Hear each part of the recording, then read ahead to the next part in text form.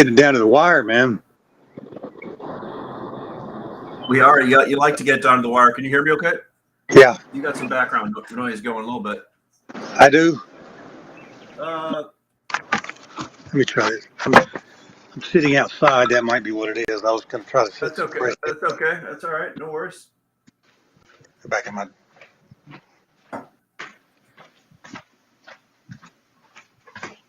It's nice and sunny, so I thought I'd go out there and... Yeah, I heard the birds and everything going, so that was cool. Yeah, there's a road close by it. Yeah, we live in rural North Carolina, so there's every once in a while there's somebody that's got a new set of pipes on their car they want to show off. You come road. So welcome to the country. I gotcha. All right, well we're getting rocking here. We got a bunch of people on right now. Yeah, Avi from Cleveland. What's up, Avi? Bob's in the house. Mike's in the house. Hello, Aaron from Council Bluffs, Iowa. Nick from Chicago. Nick from Chicago, rolling dice in the back alley.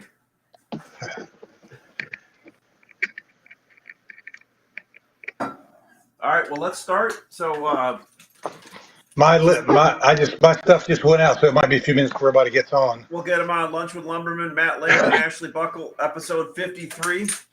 Holy crap! Yeah, it's amazing, isn't it? A year. Really, yeah, we got a bunch of them going. We'll wait for some people to roll in. You've got some of your people rolling in. Matt, I sent out what we're going to kind of talk about today. We'll briefly go through the market update, which has been crazy. I had a good talk with Kip and Greg yesterday, and I don't know if you saw any of that. I love having Kip on too. Kip's got a good perspective to it, right? From being from BC and really having all that good information going on. His Bob was a sales pitch. Well, there's Bob, and then we had a bunch of the other stuff going on yesterday. It would seem like a good counterpoint yesterday with Kip and Greg. Yeah, Kip's perspective is, I love Kip to death. Kip has a sawmill background, so he always leans towards the production side of things, and I think it's a great perspective that most people don't have an inside track on. And Greg's more of a trader, kind of like we're going to talk about today. We're gonna go over your other dimension, the trader. Great article. I like that a lot. Matt printed that out and read it a little bit ago. We'll wait. I was going to tell you the background behind that was one of my trial subscriber guys was saying I think I told you, he said he's in the modular home business. He said, I'm not a lumber trader. And he said, your thoughts about the futures market are interesting, but I'm not a lumber trader. Basically, I just buy buttloads of truckloads over and over every day. And you just don't call yourself a lumber trader, but you need to be a lumber trader. Yeah, when you think about it, you and I talked in the car on the way in too. Those people are spending 50% of their spend at these off-site construction facilities on raw materials, lumber, steel, and all that. And it's just a slight shift to actually be able to get the understanding of how to counter people different, know the market better. But we'll follow up on that. We'll spend a bunch of time on that on the back end of this. So introduction, everybody. Welcome, everybody streaming in. I see your guys all streaming in, Matt. And this is Lunch with Lumbermen. Matt and I have been doing this for a year. We talk about what's going on in the lumber business. We go through Matt's Layman's Lumber Guide. Matt's been a big supporter of mxlumber.com, Materials Exchange. We're the only digital B2B website. We are really the liquidity hub for digital lumber in the future of this industry, as people want to learn to be traders and become more proficient themselves instead of relying on everybody else and having some more edge to do that. A little closer. Nick said a little closer on the microphone. Said it couldn't hear it as well. So let's start out with a little bit, Matt, and go into the lumber update. Can you hear me okay, Matt? Yeah, good. Okay. So let's talk a little bit about the lumber update. Crazy, right? So we had historically, we talked yesterday how there's $135 spread in lumber historically, top to bottom every year. Last year, Kip pointed out there was a $1,481 spread. I've got on my report, I have a volatility index, and you can see that from a year to date. some of it's, I think OSB is like $3,000. The spruce is like $3,000. It's crazy. And when you think about that, that volatility doesn't. It just means that the price has gone up or down, a combination of $3,000 over the price of a year. So $3,000 times 110,000 board feet is what, 330,000 bucks? Well, it's like wooden cryptocurrency. Yeah, Yeah, it's goes up in smoke. It's crazy. So, logistics, trucks are tough. Rail is tough. We talked about the BN, the CP, and how it's always this time of the year. The transit times always expand, right? But right now we're dealing with a lot of other issues. It's hard to get certain people to work. There's a lot of so forth. What we hear, walking strikes, where people are working, but maybe they're not as happy, so they're just not getting getting that car in as quick or whatever. That's what I've been getting feedback on. So, what do you think on this whole rail situation going on? Well, regardless of what the rail situation story is, the rail situation always gets resolved in March and April. It always goes away, and this year the difference in it is it's not all weather related. It's personnel related. Like Kip was saying yesterday, it's when I was at this truss plant on Monday, we were sitting there just having a chit chat, and he got a call from the guy that was the owner. Got a call from the shop and said, "We had 15 guys not show up today." He said, "Why?" I said, "I don't know. I don't know if they quit. Don't know if they were sick. Just 15 people didn't show up." So and they on one truss line you use two guys, so they had 7 lines that they weren't able to operate. So it's just, I mean, the labor thing and the personnel is just it's unpredictable. But with all the incentives going away from the government and inflation like it is, I think people are going to have a harder time laying out of work and not working for a living or getting paid not to work, just because their money's not going to go as far. So I would, and everybody's paying more. The $17 an hour jobs are now paying $25 an hour just to get people to come to work.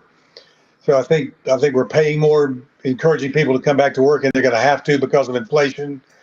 So my thought about the reasons why the logistics has the bottleneck right now is going to start to more rapidly get resolved, just because of the weather and the need for people to go back to work.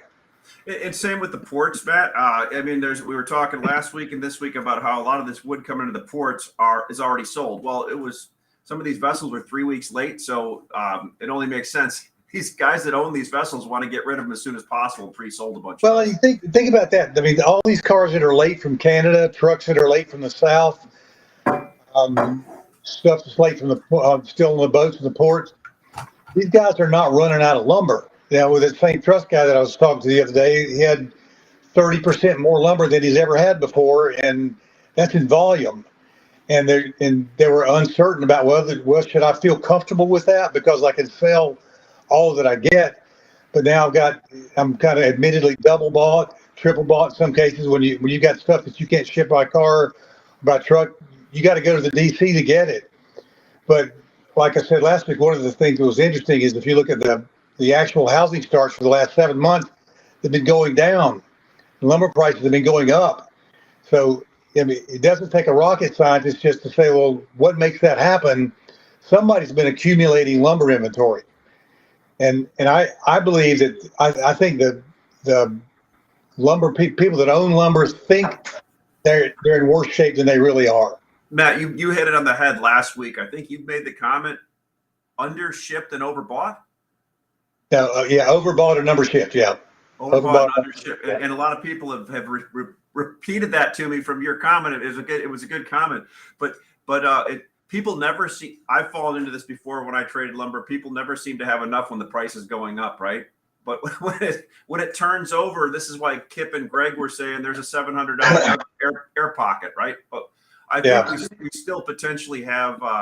Again, this is my opinion, probably 30 more days of this, or I'm not sure. We'll go through your charts and take a look at it. I don't think we got 30 days. That could be. Again, let's go. So let's go over, take a look at your composite index and your 2x4 composite index. We're going to pull up here and take a look at it real quick.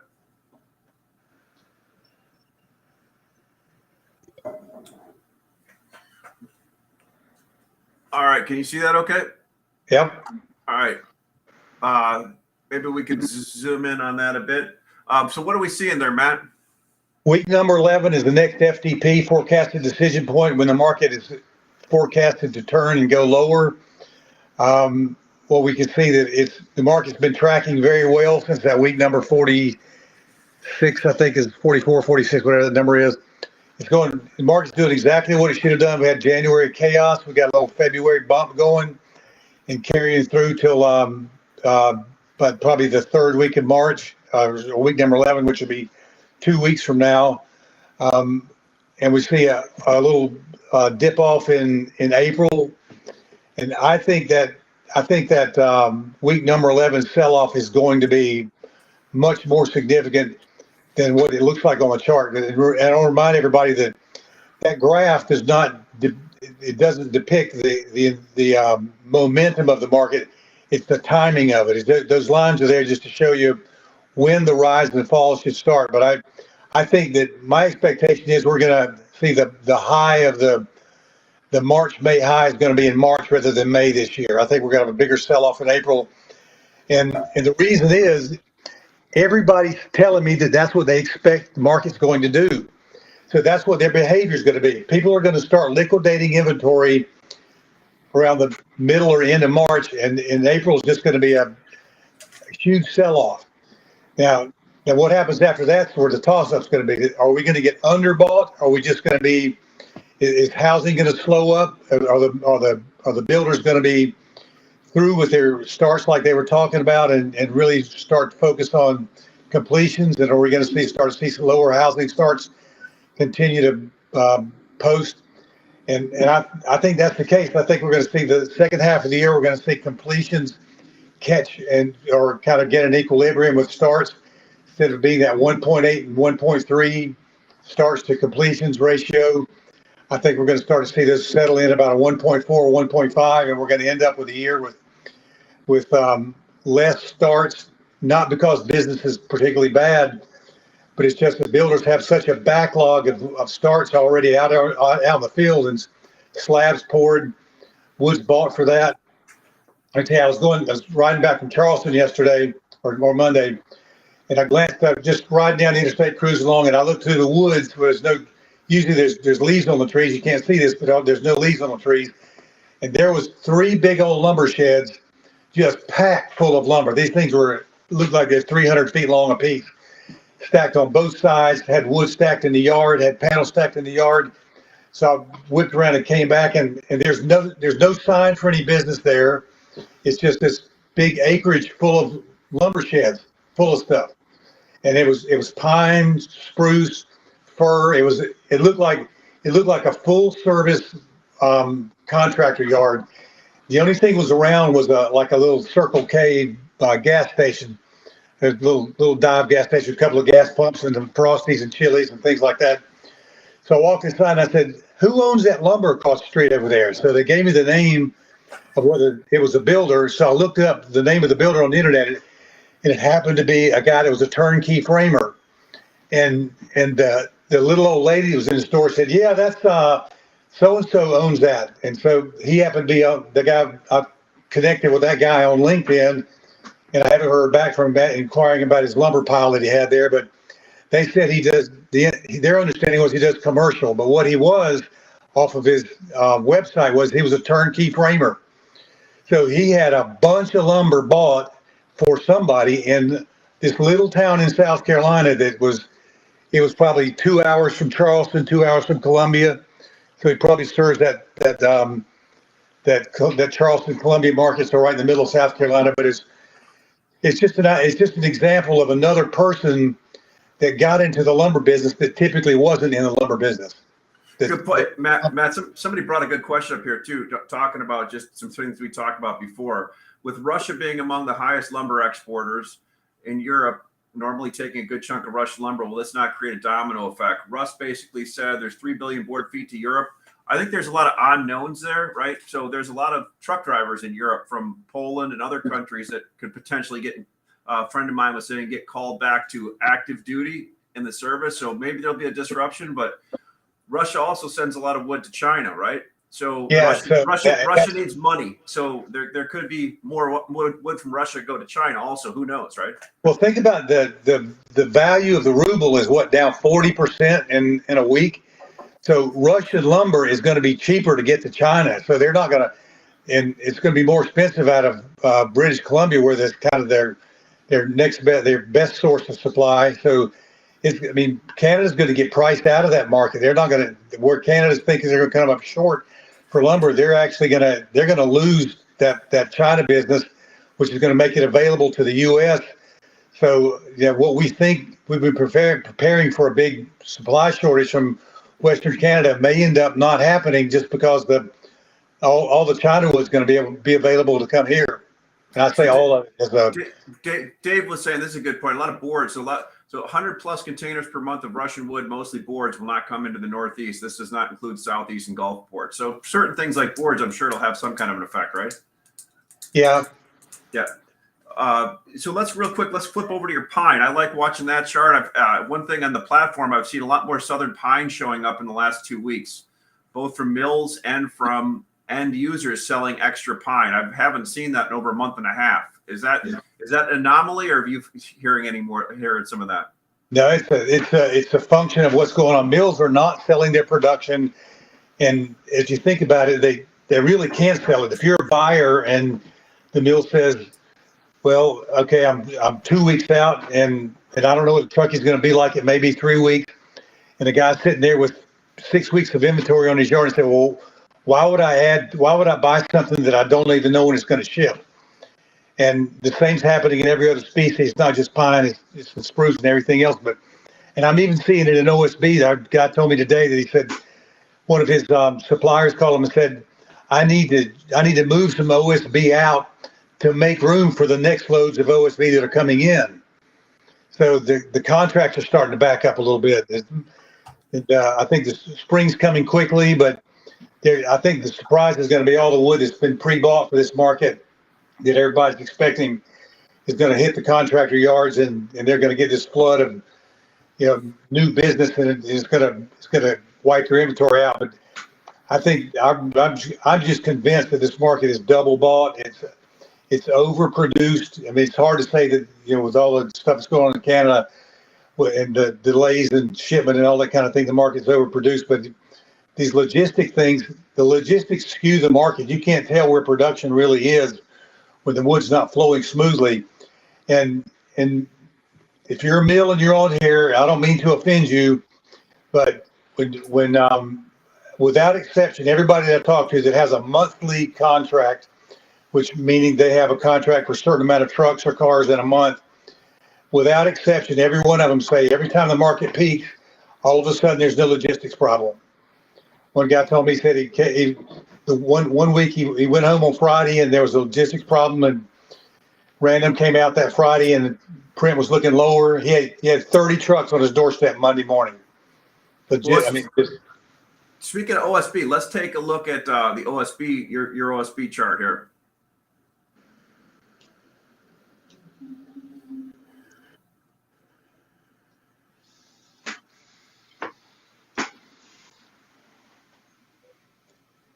Yeah, if you look at OSB kind of trends. It's kind of a lazy trend that works higher all the way into the late spring. But look at the trajectory of this market where it is right now compared to we talked before, don't look at trajectories, but it's just unreasonably high. And I've heard from the last several weeks that a couple of big distributors were putting wood in warehouses when the price of OSB was back around just right at 800-900.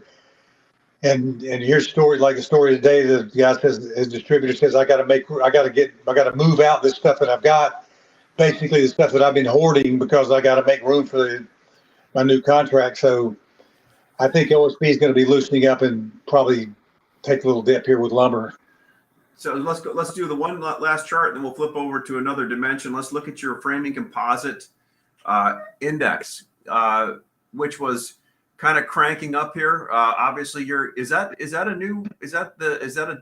that's just below the high from last year. Yeah, it's only been higher once ever, which was last May. And if you look at, I think it was down below that up a little bit. I think it was like $36 a square foot or something like that. It got down to 12, and we're right back now to 33, $34 a square foot. So it's back there again. And for builders, the bad news is you can look at that and see what your March lumber locks. You already know what your March lumber locks are going to be, but through the course of March, the dealers are not going to be reducing. They're not going to be able to reduce their inventory costs. So if you're a builder, you can expect that April is going to be just as high as March is. Right on. Well, that was a good synopsis of what we have going on in the market. Let's flip over to what we want to talk about.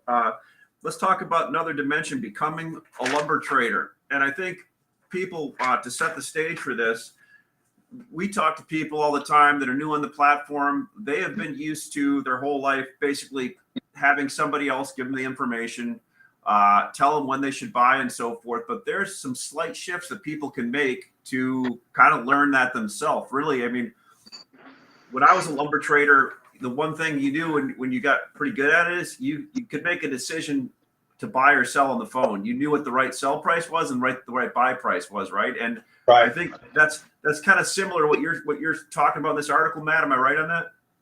Yeah, that column came from a guy that was a modular home manufacturer, and he was talking about my comments about the market and that kind of thing. He said, "Well, I'm not a lumber trader. I'm just a modular home builder." But he uses more lumber than probably the average trader trades in a week or two or a day or whatever, same time frame. But the point was, if there's the difference between a lumber buyer and a lumber seller and a lumber trader is the lumber trader knows both sides of the market. They know what the buy side's doing, what the sell side's doing, and just has a better feel for what's going on in the market from a timing perspective, from momentum. And if you don't think of a lumber trader as the negative connotation of just I call him a paper pushing gambler, paper shuffling gambler, I think is what I refer to it there. But it's not. That's not what a lumber trader is. A lumber trader is whether it's a broker or it doesn't handle lumber, just does lumber, just transactional paper trading, or whether they actually handle the lumber with hedges or taking delivery in warehouses. But a lumber trader to me, is a person that really knows both sides of the market, and that's what you want to be. If you're a mill salesperson, you need to know what's going on in the cycles of the lumber market, and where the inventory shift is, where the control of the inventory is. And if you're a buyer, you need to know the same thing. You need to know, like, where in the cycle are we, how much time is left in it, what's the momentum. It's just that my goal in life is to teach everybody that's a member of my publication to become a lumber trader. Not just, don't think of yourself as a lumber buyer or a VP of procurement, but you're smarter than that. You know both sides of the market. Yeah, Matt, and I think you've actually got a lot of people on our platform from your group, and they actually have become sellers on here too, buyers and sellers, right? So yeah, it's interesting. I had a guy that's a home builder that I've got these two classes or two other segments that are going on within the publication. One is, it's called the Inner Circle, which I'm taking a group of about 30 different companies and kind of nurturing them to become just better lumber traders. And then another group in it, it's called the Mastermind, which we're going to take 10 companies and try to find little other ways that they can enhance their business and find other profit centers. One of those guys happens to be a builder, and he said, "I just don't want to do any more home building. I don't want to chase people down and have to deal with the logistics and the supply shortages." So what he's going to do is take some extra space on his yard, and he's going to turn it into a distribution or a brokerage center. Very cool. So, and he's going to use the exchange to buy and sell his lumber off of. I love it. I love it. I know you've brought people on, Matt, and they're actually in the process of buying and selling. They're becoming better traders and understanding the market better. Yeah, once you experience, if you're a buyer and you step out and you say like, and this is such an easy thing to do. If you're a retail lumber yard and let's say you're getting ready to make your big buy in the fall of 20 truckloads of OSB, buy 25 of them, and then put them up for sale to the same people that you buy from. If you buy from brokers, you can sell them back to brokers, or you can sell them through the exchange, but you're not going to like to sell them back to the mill. But just buy a little extra. And you dabble in the brokerage side of the business, buying and selling, being a trader. There's money to be found there, and I think after going through watching the exchange and doing some of the class things that I do, you'll have the confidence to do to step out and do those kind of things. Yeah, and Matt, look, Matt and I, just for everybody in the audience, Matt and I do this show every week. We do 5 shows a week. Mike Wisniewski does a bunch, and between Jory, Nick, Mike, and I running these shows, it takes time. And what we would like in people in return is, it's almost like you ever see the PBS commercials where all the people are sitting in the chairs getting money from people. All we want is you to come on, sign up for Layman's Lumber Guide, or come on to materialsexchange.com, which is mxlumber.com, and support us, support this show by using our product. We are coming into the new century with lumber, and there's no reason why everybody with these smartphones shouldn't be buying and selling lumber in a manner which every other bit of e-commerce is done in the world today, right? But believe it or not, Matt, there's a certain segment out there that are afraid of using us because they're afraid they will give something up in the process, and that is not this will only enhance people and help them be better. Well, and the thing is, you're not giving up anything because you're paying a price for the lumber. You're not paying more to be able to go on the exchange and use it. Your price still has to be better than what you're getting from someplace else to make you buy it. You have no obligation to use the exchange and pay more, or sell for less. So if it works for you and you get a better price for your sale, or you can find a better deal, or even in what we found in most cases is just being able to find things that you couldn't source. I think that's been the biggest help that the exchanges offered, is just being able to match people up that wouldn't normally match. Well, what we're really becoming is a central liquidity hub for a lot of things. OSB is the first example, a decentralized market that we're centralizing. I mean, we shipped wood from Birmingham, Alabama, all the way out to Utah the other day, right? I mean, just because that's a market buyer and seller, a person that's put on the trading hat needs to find the wood. Other relationships didn't have it, and they matched up, right? So that's all we're asking to do, whether you're a mill, distributor, or a buyer at the end.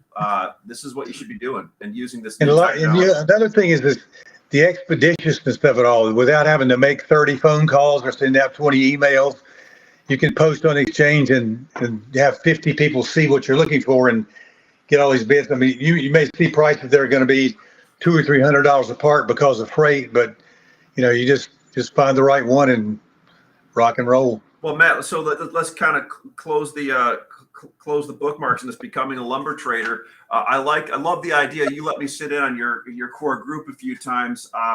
What would be the next step for people on here that haven't been in your group of people? How would they get into that fold, or what's their first step? The very first thing is I want you to see how we talk and what we talk about, and just see if what you do and what we do fits together. And that's why I insist that you let me show you 2 months for free. I want you to make money before I ask you to spend some money, and I guarantee you will. Our group is very small. We have about 500 companies that we service right now, and we're not really looking to expand, but we want people that are serious about the lumber business that can do some volume trading. And I do have some smaller single line yards, but they find a lot of value in just the information to help them make better decisions. I have several people that only buy 3 or 4 cars a year, and then there are other people that buy 3 or 4 cars a day.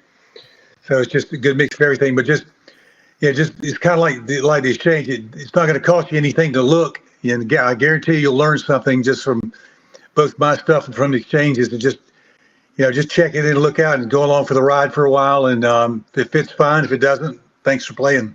Yeah, well, appreciate it, Matt. We're up against a half hour, but I'd like to thank Matt's core group of people that sign on every week, listen to us, support us. again, our support is simply people coming on. We do not charge for people to look, to sign up or anything. We only charge a flat fee when there's a match made, buy or sell. You can dynamically move the market back and forth. So this isn't a garage sale. This is a dynamic marketplace where lumber is being offered on the buy side and the sell side. So Matt, I appreciate you today. Thank you all the users. There'll be a link to this on YouTube or LinkedIn if you want to watch it later. But we'll look forward tomorrow. We have Mike Wisniewski is having the 12 o'clock smart call. We will send out a list for that or an email for that before the call. If you want to be on the list, come to mxlumber.com and send us a note, or come to mxlumber.com and register. We'll have you on buying and selling by tomorrow. Thank you, Matt. Thanks, guys, for coming. Have a great day. See you, Ash.